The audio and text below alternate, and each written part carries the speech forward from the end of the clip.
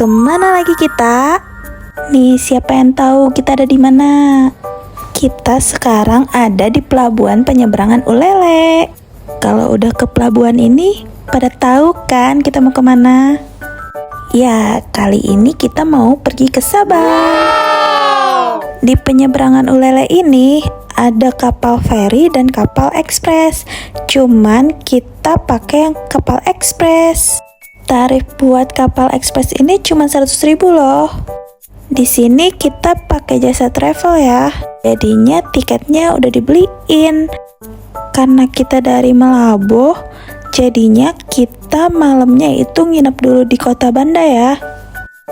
Ini kita naik kapal yang jam 8. Kita sengaja ambil yang jam paling pagi, biar puas di Sabangnya. Lama perjalanan dari Ulele ke Sabang itu sekitar 45 menitan.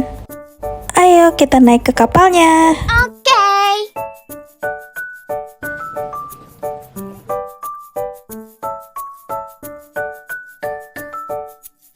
Kita ke bagian duduk di atas ya. Ini pemandangan diambil dari dalam kapal. Indah sekali kan?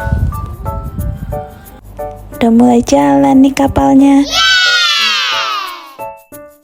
Karena kita ingin melihat pemandangan dari luar, jadi kita selama perjalanan duduk di luar. Indah sekali ya, Masya Allah.